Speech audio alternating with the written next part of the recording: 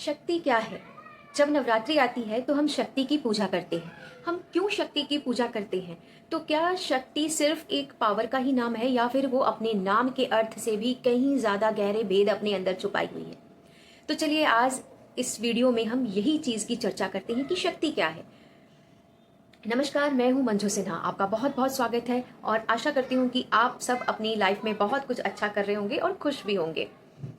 शक्ति यानी कि वो ऊर्जा, वो ताकत, वो पावर जिसने इस ब्रह्मांड को बनाया है। ब्रह्मांड का अर्थ है इस सृष्टि का हर कण कण, सब कुछ मिलकर एक ब्रह्मांड बनाते हैं। ब्रह्मांड सिर्फ एक ही नहीं है, बहुत सारे हैं और उन सभी को बनाने वाली एक ही शक्ति है जिसे हम नाम शक्ति का देते हैं। या फिर उस शक्ति को हम अलग अलग रूपों में पूजते हैं या फिर हम उसको एक देवी मानकर, एक देवी का स्वरूप देकर, जैसी हमारी भावना वैसी मूर्त देकर के हम पूजते भी हैं। तो ये शक्ति क्या है?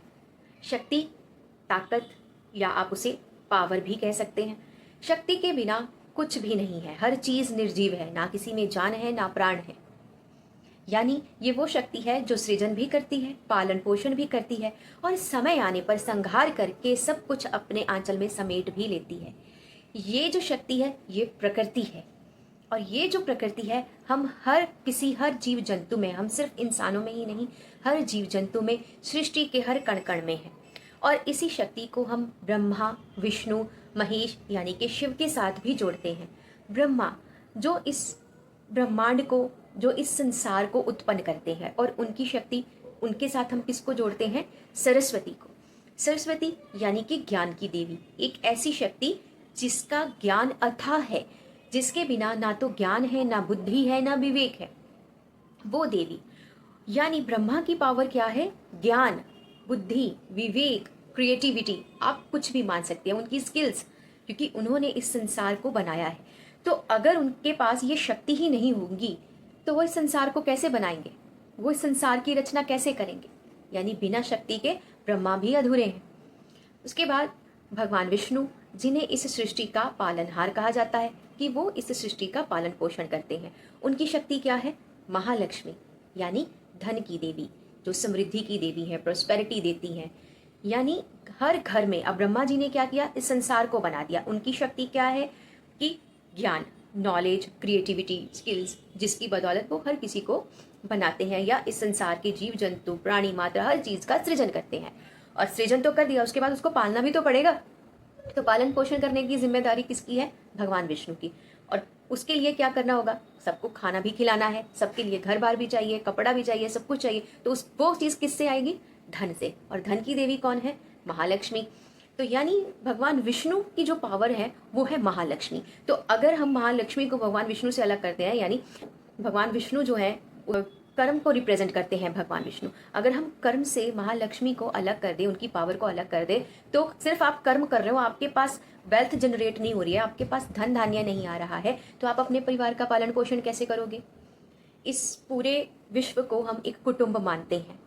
तो इस पूरे संसार का, इस पूरी सृष्टि का, संसार का ही नहीं, इस पूरी सृष्टि का पालन पोषण कौन कर रहा है? भगवान विष्णु। और उनकी शक्ति जो है वो कौन है? महालक्ष्मी। यानी धन आएगा तभी तो पालन पोषण होगा, कि धन से तो हर चीज खरीदी जा सकती है ना, मतलब जो भी भौतिक चीजें हैं उनको हम खरीद सकते हैं। फिर उसके बाद भगवान शिव, महेश। और भगवान शिव की जो शक्ति है वो कौन है? भगवान शिव के साथ हम महाकाली को भी जोड़ते हैं और माँ गौरी को भी। जब भगवान शिव अपनी सौम्य शक्ति यानी महागौरी के साथ होते हैं तो वो गृहस्थ जीवन को रिप्रेजेंट करते हैं, और जब वो विनाशकारी एक रूप लेते हैं तो उनके साथ में आती है महाकाली, जो कि एक भयंकर रूप धारण करती है। किसके लिए? विनाश करने के लिए। क्योंकि जो चीज उत्पन्न हुई है, जो भी चीज पैदा हुई है, उसका विनाश निश्चित है, उसको तो मिटना ही होगा। हर जीव जंतु, चाहे वो सृष्टि ही क्यों ना हो। हम मल्टीवर्स की आज बात करते हैं, सिर्फ एक ब्रह्मांड नहीं, एक ब्रह्मांड तक तो हम पहुंचे हैं, हमारी पहुंच है वहां तक, हमें पता है, लेकिन उसके अलावा भी ना जाने कितने सारे और यूनिवर्स भी हैं। तो ये वो शक्ति है जो सर्वनाश भी करती है और क्रोध आने पर अपनी पावर को भी दिखाती है, खुद को रिप्रेजेंट करती है, अपने हक के लिए बोलती भी है, और हमें ये सिखाती है कि जिस चीज़ की शुरुआत हुई है उसका अंत भी है, और जब अंत होता है तो हर चीज़ को वो फिर से अपने अंदर में समेट लेती है, और ये वही शक्ति है।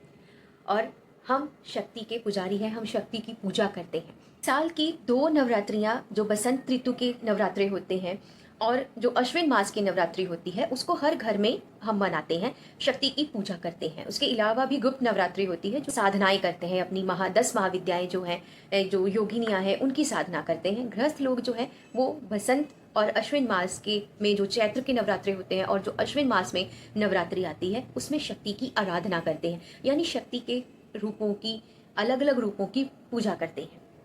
चैत्र नवरात्रे आते हैं या फिर अश्विन मास में जो नवरात्रि आती है, हम उसे सेलिब्रेट करते हैं। क्यों करते हैं? देखिए, प्रकृति क्या है? प्रकृति भी शक्ति है, प्रकृति माँ है, क्योंकि वो सृजन करती है। जो देवी है वो प्रकृति ही है, यानी एक ऐसी शक्ति है जो सृजन करती है, करवट लेती है। चैत्र नवरात्रे आते हैं तब क्या है कि हम, जो ठंडी का मौसम है वो खत्म होता है और गर्मी का मौसम शुरू होने वाला होता है, प्रकृति चेंज हो रही है। हम अपने आप को उस चीज़ में ढालने के लिए, उसके लिए एक खुशी से, हैप्पीनेस के साथ, हम अपनी खुशी जाहिर करने के लिए, उस चीज़ को एक्सेप्ट करने के लिए नवरात्रि में शक्ति की एक तो पूजा भी करते हैं, साथ में व्रत भी करते हैं, ताकि हमारी जो बॉडी है वो एक सीजन से दूसरे सीजन में ढल जाए। और शक्ति की आराधना हम करते हैं ताकि उसकी ब्लेसिंग्स हमें मिले। जो देवी के 9 रूप अलग अलग हैं, उन 9 रूपों की जो पावर है, जो उन 9 रूपों की जो शक्ति है, जो एनर्जी है, जो ब्लेसिंग्स है, वो हमें मिले। फिर जब अश्विन मास की नवरात्रि आती है, उस टाइम में क्या है कि गर्मी खत्म होती है और जो ठंडी का मौसम है वो आ रहा होता है। तब हम नवरात्रि को सेलिब्रेट करते हैं, यानी फिर से हम प्रकृति के साथ में जुड़ते हैं और प्रकृति, ये जो शक्ति है, उसके ये जो 9 रूप हैं, फिर से हम उनकी आराधना में जुड़ जाते हैं ताकि फिर से उसका आशीर्वाद मिले। और हम फिर से व्रत करते हैं, उपवास करते हैं, ताकि हमारा जो शरीर है, हमारा शरीर क्या है, ये भी तो प्रकृति है, ये भी तो शक्ति है, इसमें ये इतनी शक्ति आ जाए कि आप एक ऋतु से ढल करके दूसरी ऋतु में जो आप एंटर करने जा रहे हो, प्रवेश करने जा रहे हो, आप खुद, आपकी प्रकृति उस प्रकृति के साथ कनेक्ट हो जाए। आप उस कनेक्ट हो ऐसी शक्ति से जो आपको इंटरनल ब्लेसिंग्स भी दे, आशीर्वाद भी दे, और आपको इस आउटर वर्ल्ड और इंटर वर्ल्ड, एक ब्रह्मांड जो आपके बाहर है, एक ब्रह्मांड जो आपके भीतर है, उन दोनों के साथ इस शक्ति से आप बंध जाएं। इसीलिए हम इन नवरात्रों को, इस शक्ति की पूजा भी करते हैं। जिस भी घर में शक्ति की पूजा होती है, वहाँ आप देखेंगे कि वहाँ का जो मेंटलिटी है घर के लोगों का, वो चेंज होता है। क्यों? क्योंकि वो हर स्त्री में भी माँ को देखते हैं, हर स्त्री को एक शक्ति या एक माँ के रूप में पूजते हैं, उनको देखते हैं। हम क्या है, हर स्त्री, चाहे वो स्त्री हो, कोई भी फेमिनिन एनर्जी हो, हर एक जीव जंतु में जो भी फेमिनिन एनर्जी है, उसमें ये पावर है सृजन करने की, क्योंकि वो सृजन करती है। एक माँ अपने बच्चे को जन्म देती है, वो अपने बच्चे का सृजन करती है, क्योंकि माँ के बिना तो सृष्टि पॉसिबल ही नहीं है। अगर माँ नहीं होगी तो सृजन कैसे होगा? फिर तो प्रकृति रुक जाएगी। और इस प्रकृति का सृजन करने के लिए पुरुष और प्रकृति दोनों का होना जरूरी है। मैंने पहले कहा, ब्रह्मा, विष्णु, महेश, और ये पुरुष हैं। और जो शक्ति है, जो महालक्ष्मी है, माँ गौरी है और सरस्वती है, ये उनकी शक्ति है। यानी जब पुरुष और प्रकृति का मिलन होता है, तब सृष्टि का सृजन होता है। माँ है, वो क्या है? वो भी तो एक शक्ति है। आपके घर की हर बेटी, आपकी मदर जो भी है, वो क्या है? वो एक शक्ति है, वो एक नारी शक्ति है। तो क्या ये जो शक्ति है, जिसे हम देवी के रूप में पूजते हैं, तो क्या सिर्फ वो एक देवी ही है, या फिर हर एक फेमिनिन एनर्जी के अंदर में उस शक्ति का अंश है? हाँ, हर किसी के अंदर उसी शक्ति का अंश है। हम उसी शक्ति ने हमें पैदा किया है, उस शक्ति ने हमें बनाया है। हमारा अंत होगा, जब हमारा जाने का टाइम आएगा इस दुनिया से, तो हम इसी नेचर में, पंच तत्वों में विलीन हो जाएंगे। यानी ये जो शक्ति है, ये हमें अपने आंचल में समेट लेगी। ये शक्ति अपने नाम से कहीं ज़्यादा अथाह है। बिना शक्ति के तो ब्रह्मा, विष्णु, महेश भी अधूरे हैं, फिर हम तो फिर भी इंसान हैं। तो हम कैसे अधूरे हैं? आपके अंदर में जो भी आपकी स्किल्स हैं, वो आपकी शक्ति है। आप एक अच्छा वक्ता हैं, आप अच्छा बोल सकते हैं, आप अच्छा गा सकते हैं। गाना, वो आपका जो कंठ है, वो आपकी स्किल्स है। आप अच्छा राइडिंग कर सकते हैं, आप अच्छे लेखक हैं, वो आपकी स्किल्स हैं, यानी वो आपकी पावर है। और बिना उसके आप क्या है? उसके बिना तो आपकी कोई पावर ही नहीं, क्योंकि आपकी पावर ही आपको बनाती है। आपकी पावर, जो आपकी शक्ति है, वही आपको इस दुनिया में एक मुकाम पे पहुंचाती है। हम उसी शक्ति को देवी के रूप में पूजते हैं। तो यही जो शक्ति है, हम जिसे देवी के रूप में मानते हैं, जिस भी रूप में आप, जैसा सब रूप में चाहें आप उस एक मूर्त की पूजा करते हैं, वो सिर्फ इसीलिए ताकि हम कनेक्ट हो जाए। हमारा जो माइंड है, हमारी जो आंखें हैं, जैसा उस देवी के स्वरूप को देख रही हैं, हमारे सबकॉन्शियस माइंड में भी हम उसी देवी के स्वरूप को देखें और खुद को जागृत करें। क्या सिर्फ आंखों से जागना ही जागना है, हमारे भीतर का जागना नहीं है। हमारा भीतर क्या क्या, हमारे भीतर की जो चेतना है, हमारे अंदर की जो हमारी अंतर आत्मा है, जो गूढ़ ज्ञान है, जो गूढ़ रहस्य है, सिर्फ देखने मात्र से ही नहीं हो जाता, हमें अपने अंदर से भी जागना होगा। कहते हैं ना, नवरात्रि में जागरण करना चाहिए। जागरण का मतलब क्या, कि सिर्फ आप जागते रहो, नहीं। जागरण का अर्थ है कि आप भीतर से जागो, अपने अंदर से जागो।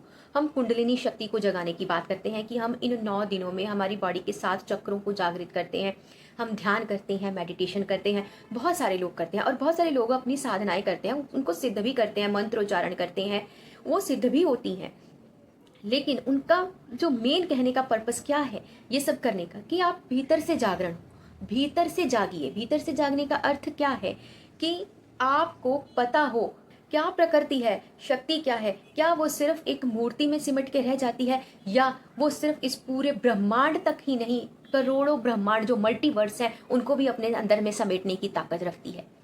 हम उस शक्ति के साथ कनेक्ट हों जो एक ऊर्जा है इस ब्रह्मांड की, और जिसके बिना कुछ भी नहीं है। और एक वो शक्ति है जो मातृशक्ति है, जो सृजन करती है। एक माँ जो एक बच्चे को पैदा करती है, उसको दूध पिलाती है, उसको पालती है, पोसती है। एक वो शक्ति जो हर फेमिनिन एनर्जी में है, जो हर एक नारी में है, चाहे वो बहू हो, चाहे बेटी हो, चाहे अपने घर की हो, चाहे किसी और की हो। तो इस नवरात्रि जो भी बहू बेटियां हैं, चाहे आपके घर की हो, चाहे किसी और की हो, उनको रिस्पेक्ट कीजिए, उनकी सेफ्टी का आप ध्यान रखिए। इस नवरात्रि जागरण करना है तो अपने भीतर का जागरण कीजिए, उस शक्ति के साथ जुड़िए जो सुप्रीम है, जिसके बिना कुछ नहीं है, जो इस ब्रह्मांड को पैदा करती है, उसका पालन पोषण करती है और उसका अंत करके उसको अपने आंचल में समेट लेती है। तो आज के इस वीडियो में इतना ही। फिर एक नया वीडियो लेकर के आपके सामने में आऊँगी। तब तक इस वीडियो को, मेरे इस चैनल को ज़रूर देखते रहिए। अपना प्यार देने के लिए लाइक, शेयर और सब्सक्राइब ज़रूर कीजिए।